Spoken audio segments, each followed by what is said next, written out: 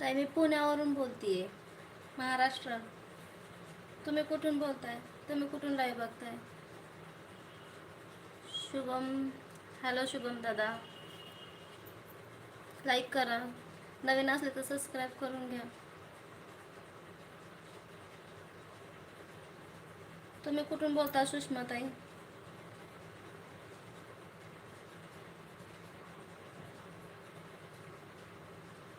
हो ठीक आहे ताई.